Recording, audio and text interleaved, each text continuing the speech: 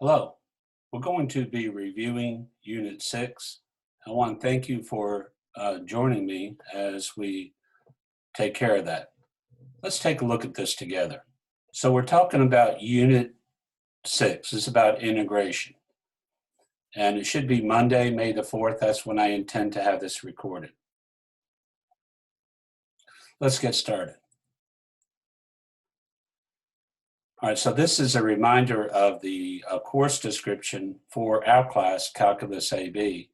And the reason why I remind us about this is the exam is based upon how this book describes how the course, we could say, should be.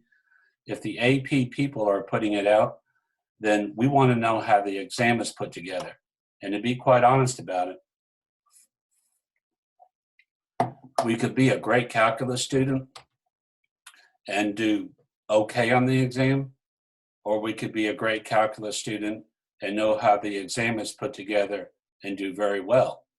So I'd like to provide a quality opportunity for us to be able to do both, because knowing how exams are put together is really very important. You may remember I said in class, the way to get good at any exam is to know the content. Maybe I should do this, to know the content, to know how the questions are being asked about the content, and then to practice. So much of the year has been about the content, and we've been moving, although I did some questioning on the AP type questions through the year, but we are definitely in the knowing the questions, learning how to do the questions, and then practice. This is what we're doing right now, and it will help you, but it will not only help you with the exam, it'll help you to remember the material as well. Let's continue. Remember the practices. So just like a physician can go to college to be a surgeon, he doesn't become a skilled surgeon until he takes the time to practice, learn good methods, and to refine himself over a period of time. Same thing is true when we're learning, especially a course like calculus.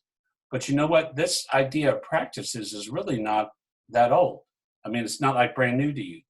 Here's one of our calculus students doing a presentation on Isaac Newton, and we enjoyed that very much. And if you notice below at the bottom of the board, I had those practices typed out, and went through a lot of trouble to make those little posters.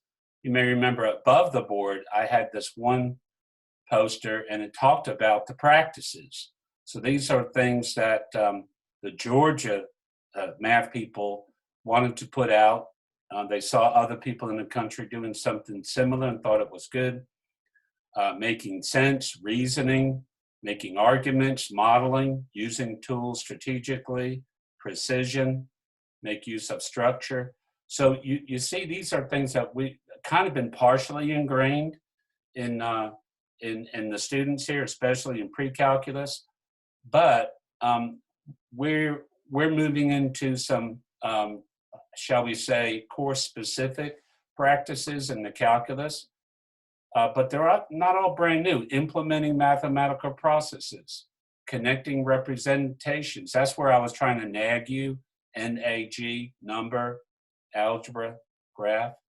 Justification. Why do we believe what we believe? That's one thing about calculus that forces you to do, develop better thinking skills. And then communication and notation. So these are things that we have worked at all throughout the year. So processes, purple, representations, blue, justification, brown, and notation and communication, yellow. All right, so that puts it together, a little reminder about the practices. It is important. All right, so now we look at the content. And then we have our units of study. I know I showed this to you a couple times. I'm assuming you have memorized it. So let's see. Left, okay. All right, could we go across that and demonstrate our knowledge?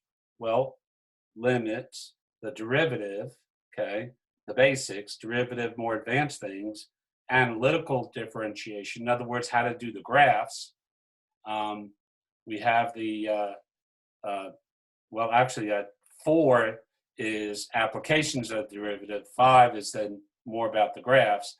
6 is that whole unit on integration. 6 is a big unit, okay? Very important unit, by the way. And then 7, differential equations, which we partially probably remember because it's not that long ago that we talked about it. And then all of those topics, all the way down there in some type of order. Notice at the bottom the progress checks.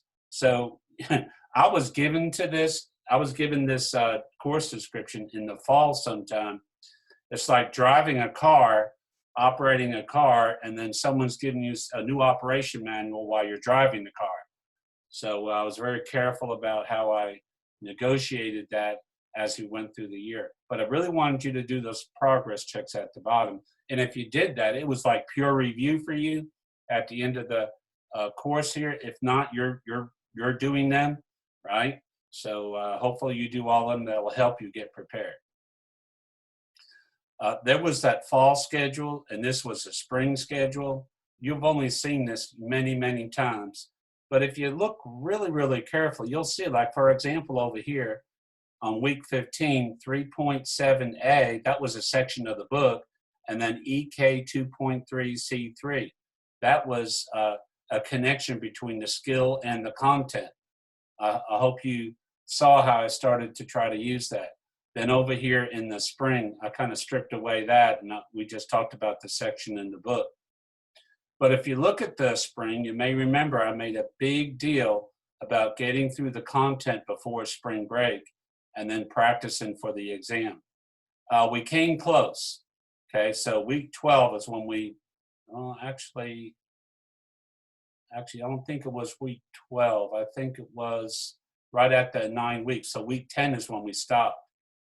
But I'm so proud of you guys working on 7.1 and 7.2 and so forth, and finishing the trapezoid rule online. You did a great job with that.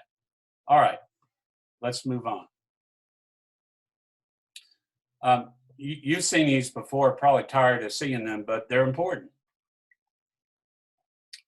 And so we could see how I laid out the week. There's the sections of the book. And if you notice at the top, those are parts of the AP content.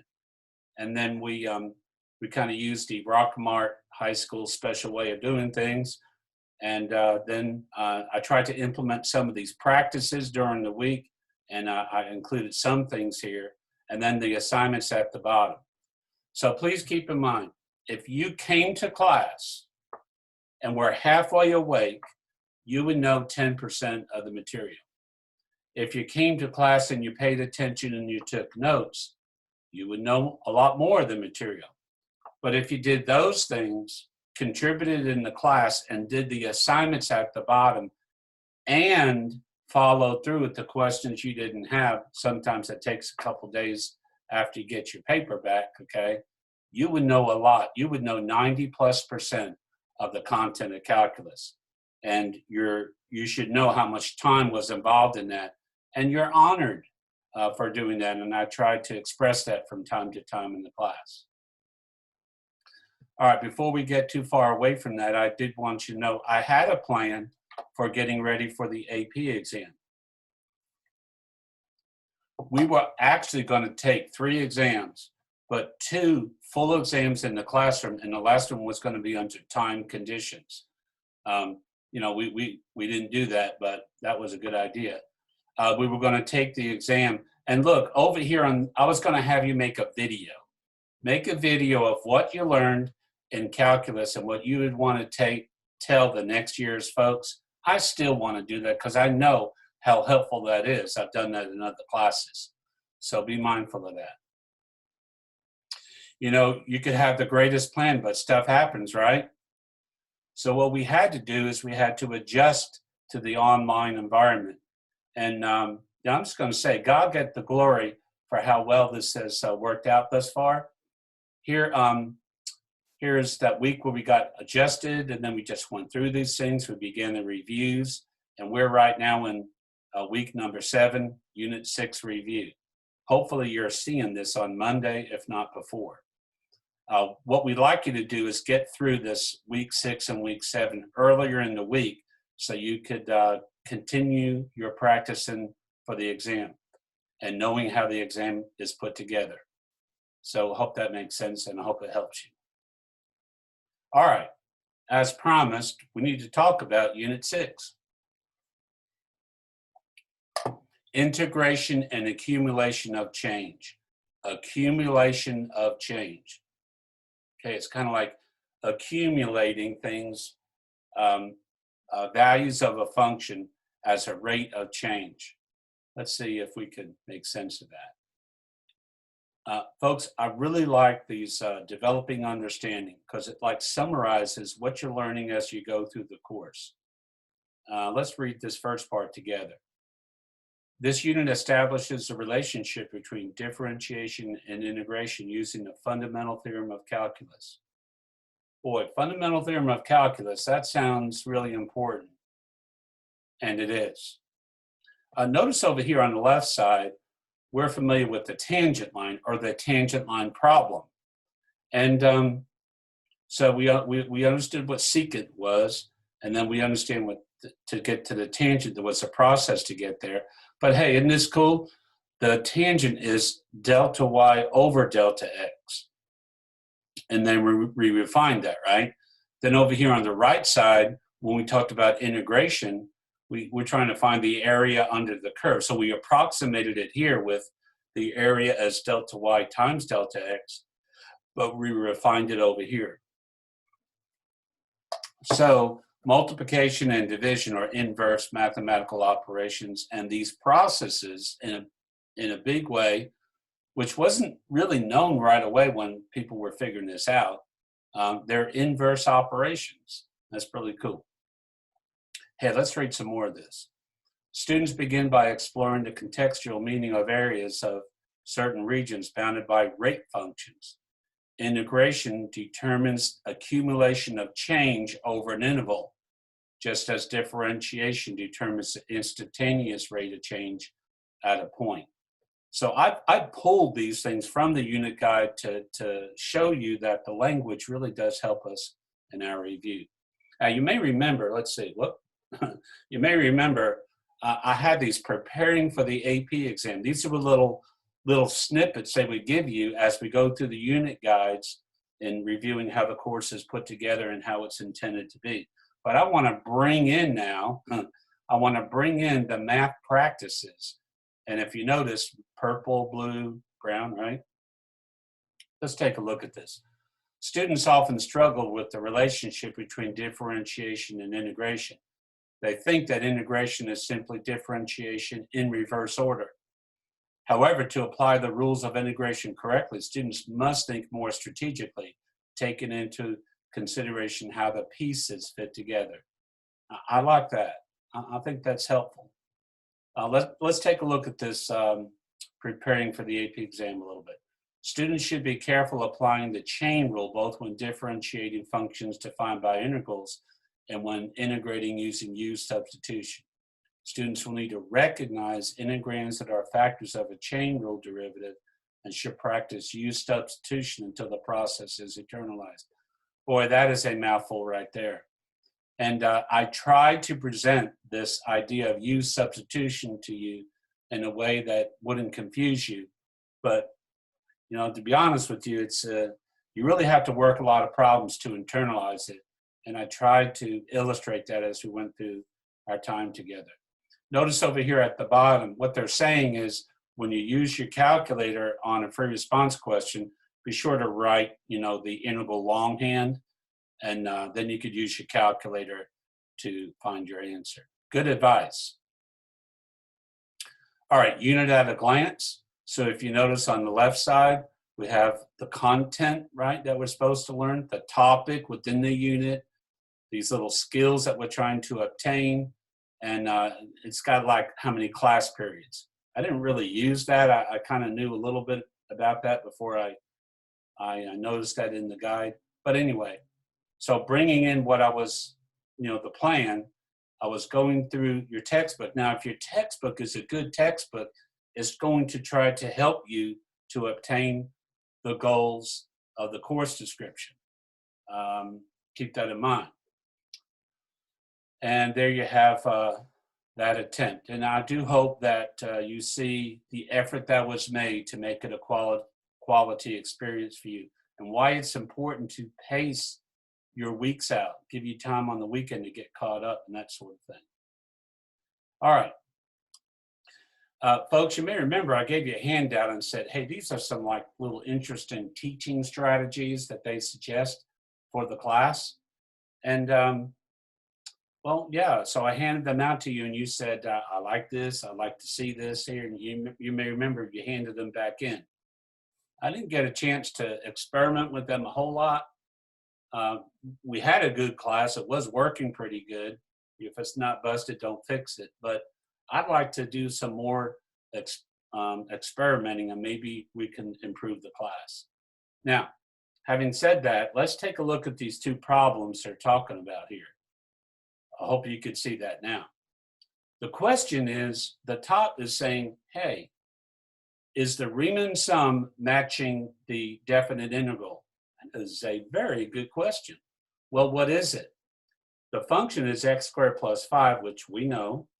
And then we want to find the area, if you would, from -2 to 5.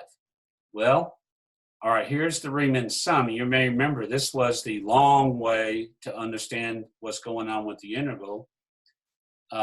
B minus A, 7 over n. Yes, that's delta x. And that's delta x, so that's the bottom part. We have to multiply that by the height. So is this, in the big parentheses, the height or the function? Well, it's got blah squared plus 5. Here I have x squared plus 5. Now remember, the value of the x is changing from left to right. It starts out at -2 and it ends up at 5. And yes, this is a correct notation, using I as the ith rectangle as I go from left to right. So that looks good.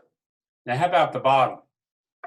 If I find the antiderivative of this indefinite integral, will I get this? Well, obviously, you say yes, because I have that plus c there. I go, I know, I get it. You go, well, yes, because I have, if I take the derivative of this, those 21s knock out, and then I have 20, and yeah, I get that. But wait a minute, you forgot the chain rule. There's got to be a 5 somewhere, okay? There's no 5 over there. So that's sneaky, okay? But it's important to point out. All right, so topic 1, exploring accumulations of change. There's your enduring understanding of what you want to get out of the class, your learning objective, and then these are the essential knowledge. Remember those EK things I talked about before? So here we're talking about the area of a region of a rate of change function. We're talking about, you could use geometry. We're talking about, it could be positive or negative. And we talked about the units. It's very, very important. You may remember question 47 on, I think it's 4.2. I pointed this out about 4 or 5 times, but we never got a chance to really talk about it a lot in class. But this is an accumulation function. The graph of f consists of line segments and a semicircle. And if we're going from left to right, can we accumulate the area? Well, this is going to be a negative area, that's going to be a negative area, and that's going to be a positive area, right? Okay, as we're thinking about the x-axis as the boundary between positive and negative y values. And notice here that we could find all of this using geometry. And that was a good illustration of what is being asked right here. I love this illustration from the textbook. I hope you remember me pointing this out. So here's a man, and he's like, okay, go, Joe. And he's opening up the valve, and petroleum is going through there at 180 liters per minute. But what he's doing is he's opening up slowly, more and more and more and more. So like at 10 seconds, there's like 210 liters. And so what it's saying is from time starting at 0, ending at 60, well, at 60 minutes, that would be 180. So the flow would be 360 liters per minute. That makes sense? Okay. Well, how are we going to find out, how much petroleum went into the tank? Well, you really can't without calculus. I mean, you could come with some good estimates here. So if you notice the setup down here at the bottom, the rate of something, the rate at which something's changing, the liters per minute, right? And then here's an integral for that. And then here's that what do we call it? We found the antiderivative, we integrated, and then we evaluated. And 4200, what does that mean? 4,200 liters entered that tank in the first 20 minutes. Now, I want to point out this insight. So the author of the book, who knows how the AP exam works, because he's been doing this for a very long time, understands that we got to make sure that we understand when we're looking at a question on the AP exam, particularly free response, is this a derivative or is this an integral? And that helps us. So this is a perfect example of what I mean by accumulation function rate of change. All right. Now, I know that your favorite part of this class was the Riemann sums. And it was mine also. And so I know you're excited for us to review this. I notice the enduring understanding. Definite integrals can be approximated using geometric and numerical methods. So again, here's a key item. Notice the second one. Definite integrals can be approximated using a left-hand, right-hand Riemann sum, midpoint, and a trapezoidal sum. Okay, and that's interesting. And we could use uniform or non-uniform partitions. We can approximate it using technology. I gave you that program for the calculator. And this last one talks about it could be an underestimate or an overestimate. That is talked about a lot on the AP exam.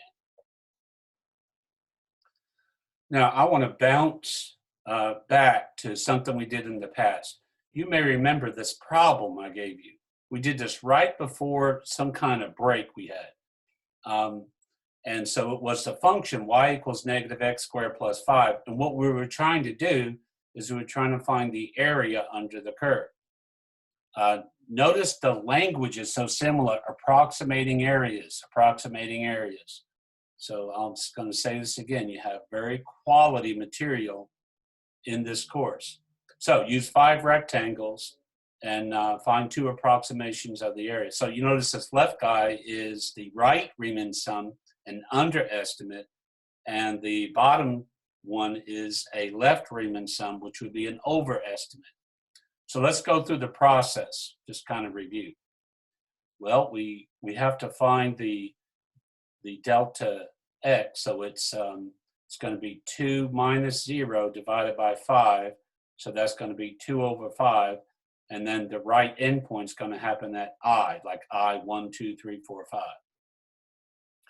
And so that's explained here. Here are the values. Remember, we're using the right side in this top guy right here. So here's a Riemann sum. Notice we have the delta x right here. Here is the height. We're going to do this 5 times. I like the way this is all laid out like this. And we could put that in our calculator. We could do it longhand. We did that in class. And you may remember that 6.48. That was the lower one. And then we did the upper one. We had some fun with that. And that was really our first introduction to how the mechanics, the nuts and bolts of Riemann sums and integration work. So I hope that was helpful. We'll just drop that out of here, okay? Very good. All right, now on the next slide, this is when we're saying, okay, we don't want to just approximate it. We don't want to, and I told you one day, we're going to have 1,000 of these rectangles here. You're like, how are we going to do this? It's going to take us all day long. We'll burn up our calculator. No. Someone has figured out how to use summation notation ideas and concepts to apply to a Riemann sum. Isn't that exciting? And it was very exciting. So Riemann sum, summation notation, the definite integral, right? We're moving away from the indefinite integral. We're defining things in terms of a Riemann sum. Here's our learning objective, a limiting process with the Riemann sum ending up in a definite integral. This is talking about representing the Riemann sum and the definite integral. And notice this notation right here, okay? So there's the definite integral, and there's the Riemann sum. Now, it was my hope that whatever way I taught you, whatever resources that were available would be close to this, so that when you see this, you're not like totally thrown off. Well, here's the definition of the area. Here's that delta x I was talking about. And here's the definition of an integral. Notice here we have a partition. It doesn't always have to be delta x, but they're getting smaller. F of c, all of that. Notice how close this language is here between the two of these. And I hope that is helpful to you. Let's move on. Oh, one last thing. So remember, we use these sums. Now, they can't give you one or two of these questions on the AP exam. Not a lot, because it'll take up all your time. But it would be a good idea to put those little formulas in your little card. I would do that if I were you. All right, next topic. The fundamental theorem of calculus and accumulation functions. So the history of this is very interesting. People didn't really know the relationship between integration and differentiation until someone kept on studying this, or groups of people studied this. But the bottom line is, if you look down here, this is an accumulation function, right? X is changing, A is just left bound on a coordinate plane. Here's some function right here. But look, if you take the derivative of that function, you get f of x, which is that function with the x in there, okay? Which tells you that integration and differentiation are inverse functions. Now, this is a piece of history. This is part of your book on page 288, where the author is going through and he's trying to explain what he calls the second fundamental theorem of calculus, the same idea right here. Again, an accumulation function. You don't have to prove this on the AP exam, but you do need to work it. And here's my little insight right here to the left. Okay, notice they say it is on the AP exam, and they use it in the free response questions, and I've noticed they have. All right, let's move on. I want to say my friend Sal Khan and his academy, Khan Academy, he has a couple videos where he makes it so easy to understand. And you may remember in that chapter 4 in the little folder, I had the links to a couple of his videos. You can go back and look at it if you want to. You can even do that after the AP exam. But this is great. And he's illustrating where this fundamental theorem of calculus comes from. So I've enjoyed looking at that, and I hope you will too. All right, topic 5, interpreting the behavior, okay, involving area. So again, we use the idea of this accumulation function, big terminology, okay, accumulation. That means as we go from left to right. Now you're ready for me. Accumulation. As x goes from left to right, we're accumulating the area under that curve. I hope that makes sense. It's fundamental. Okay. Now, just like the limits, just like the derivatives, there's properties for definite integrals. That's what this topic is about. I like what it says. Calculate the definite integral using areas and properties of definite integrals. All right. So here was one where, remember, we could pull a constant out of the integrand. Or if we're adding and subtracting two integrals, we could add and subtract them separately. That's what we were talking about. And I hope that is a good review of that. All right, 7, the fundamental theorem of calculus, and watch it. What kind of integrals do we have here? Definite. I'm definitely excited about reviewing this with you. So you may remember we used a geometry to evaluate it, and then we used the antiderivative. Here's here's another expression of the AP people talking about the accumulation function from left to right. And notice down here on the lower right-hand side, this is what we were used to using. This is what really helped us, get out of the pain of the Riemann sum, is evaluating a definite integral. And that's an application of the fundamental theorem of calculus. I took a section of your book, I think this was page 282. And yeah, you may remember sometimes during the year I say, copy that box down. That's an important box. So that's what I was talking about. Again, you don't have to prove it, okay? But you have to know it. And then here's a reminder, buddy, the AP exam uses this stuff backwards and forwards. It's going to be on the AP exam, I'm sure. So keep that in mind. All right, so 8, finding the antiderivative and trying to get rules in our head to help us to be able to work those problems. Remember, I made a big deal about the plus C, right? Okay, because it's a family of antiderivatives. And then here's this U substitution. So what happened was we saw an integral. It was kind of tough for us to figure out, but we can notice elements of the chain rule in it. And so we tried this U substitution to help us. And it did help us. We are at different levels on that, but the important part is to define your U, then find du, and then look back into your integrand and rearrange things, okay? So keep that in mind. 10, this is integrating functions using long division and completing the square.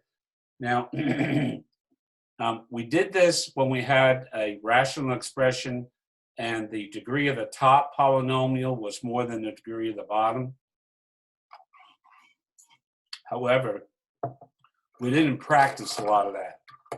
And we did those inverse trig functions, and we had those formulas, especially the sine and the tangent.